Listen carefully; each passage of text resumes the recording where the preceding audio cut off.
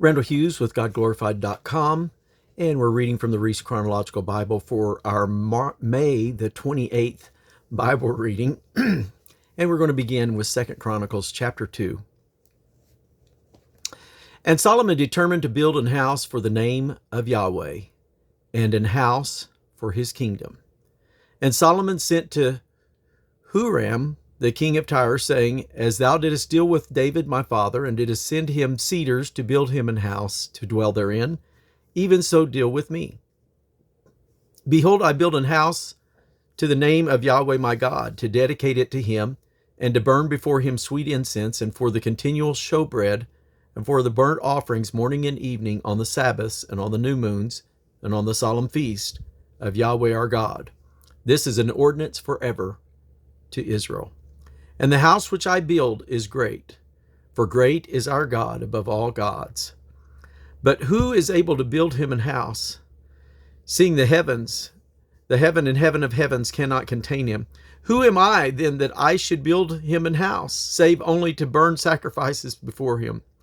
Send me now therefore a man cunning to work in gold, and in silver, and in brass, and in iron, and in purple, and crimson, and blue, and that can skill to grave with the cunning men that are with me in Judah and in Jerusalem, whom David my father did provide. Send me also cedar trees, fir trees, and algum trees out of Lebanon, for I know that thy servants can skill to cut timber in Lebanon. And behold, my servants shall be with thy servants, even to prepare me timber in abundance, for the house which I am about to build shall be wonderful great.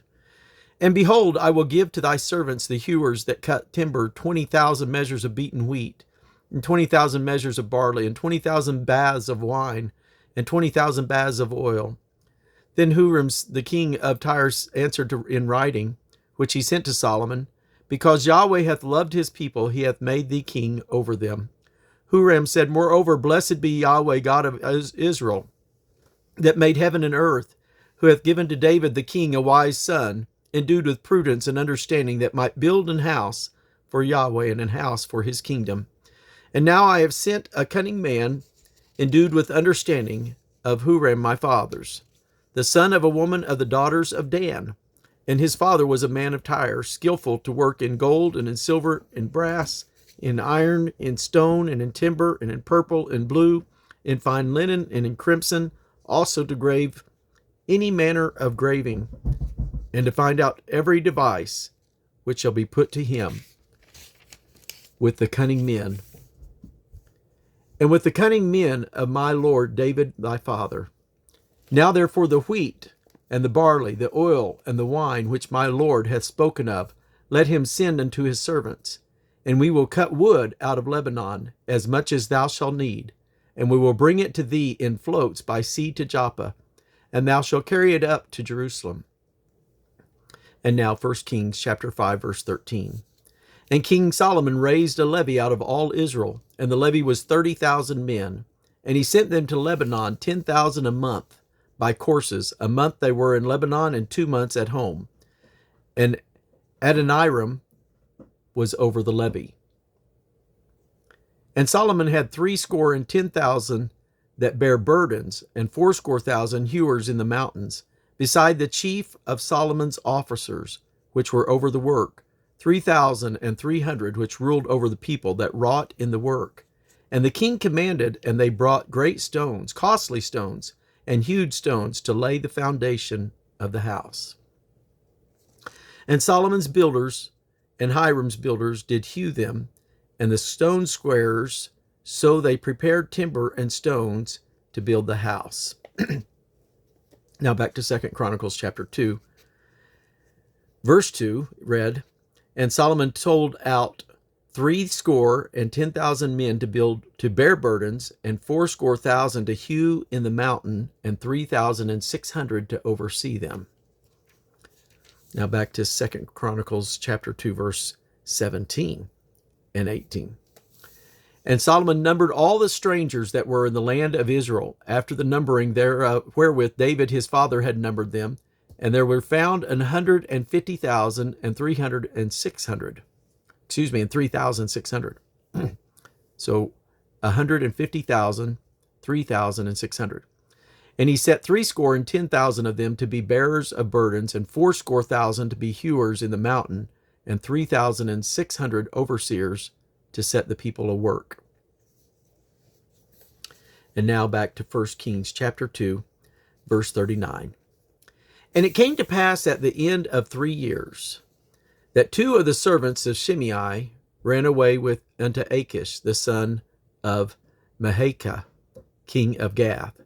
And they told Shimei, saying, Behold, thy servants be in Gath. And Shimei arose and saddled his donkey, and went to Gath, to Achish, to seek his servant. And Shimei went and brought his servants from Gath.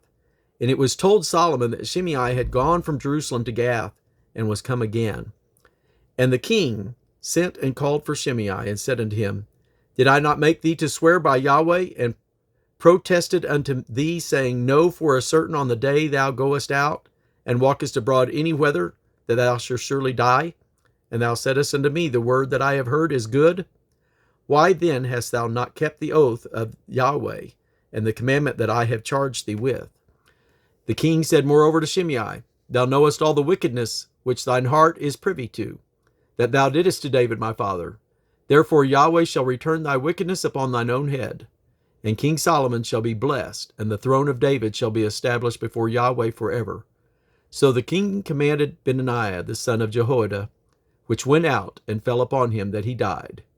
And the kingdom was established in the hand of Solomon. And now this is the year 982 BC, according to Reese. And here is where he has Proverbs 31. The word of King Lemuel, the prophecy that his mother taught him. What, my son? And what, the son of my womb? And what, the son of my vows? Give not thy strength unto women, nor thy ways to that which destroyeth kings. It is not for kings, O Lemuel. It is not for kings to drink wine, nor for princes strong drink, lest they drink and forget the law, and pervert the judgment of any of the afflicted. Give strong drink unto him that is ready to perish, and wine unto those that be of merry heart. Let him drink and forget his poverty, and remember his misery no more. Open thy mouth for the dumb in the cause of all that are as appointed to destruction. Open thy mouth, judge righteously, and plead the cause of the poor and needy. Who can find a virtuous woman? For her price is far above rubies. The heart of her husband doth safely trust in her, so that he shall have no need of spoil. She will do him good and not evil all the days of her life. She seeketh wool and flax, and worketh willingly with her hands. She is like the merchant ships. She bringeth her food from afar.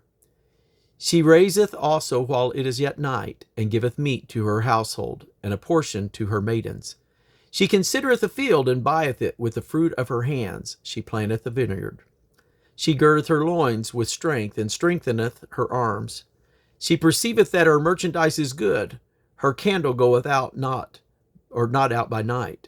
She layeth her hands to the spindle, and her hands hold the distaff. She stretcheth out her hand to the poor. Yea, she reacheth forth her hands to the needy. She is not afraid of the snow for her household, for all her household are clothed with scarlet. She maketh herself coverings of tapestry. Her clothing is silk and purple. Her husband is known in the gates, where he sitteth among the elders of the land. She maketh fine linen and selleth it, and delivereth girdles unto the merchant. Strength and honor are her clothing, and she shall rejoice in time to come. She openeth her mouth with wisdom, and in her tongue is the law of kindness. She looketh well to the ways of her household, and eateth not the bread of idleness. Her children rise up and call her blessed. Her husband also, and he praiseth her. Many daughters have done virtuously, but thou excellest them all. Favor is deceitful, and beauty is vain, but a woman that feareth Yahweh, she shall be praised. Give her of the fruit of her hands, and let her own works praise her in the gates. And now 1 Kings chapter 6, verse 1. And it came to pass in the 480th year, after the children of Israel were come out of the land of Egypt, in the 4th year of Solomon's reign over Israel, in the month Ziph, which is the second month, that he began to build the house of Yahweh. And then verse 37, in the 4th year was the foundation of the house of Yahweh laid in the month Ziph.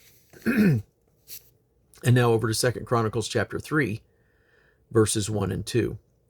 Then Solomon began to build the house of Yahweh at Jerusalem in Mount Moriah, where Yahweh appeared unto David his father, in the place that David had prepared, in the threshing floor of Ornan the Jebusite. And he began to build in the 2nd day of the 2nd month, in the 4th year of his reign. Now back to 1 Kings chapter 6, beginning at verse 11. And the word of Yahweh came to Solomon, saying, concerning this house which thou art in building, if thou wilt walk in my statutes, and execute my judgments, and keep all my commandments to walk in them, then will I perform my word with thee, which I spake unto David thy father. And I will dwell among the children of Israel, and will not forsake my people Israel. Now 1 Kings 6:2. And the house which King Solomon built for Yahweh, the length thereof was 60 cubits, and the breadth thereof 20 cubits, and the height thereof 30 cubits. 2 Chronicles chapter 3, verse 3. Now these are the things wherein Solomon was instructed for the building of the house of God. The length by cubit after the first measure was 60 cubits, and the breadth 20 cubits. And now 1 Kings 6, verse 7 and 9.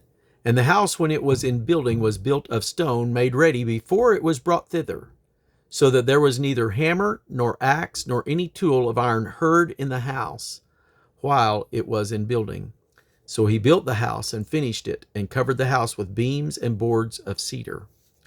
2 Chronicles 3, verses 5 through 7.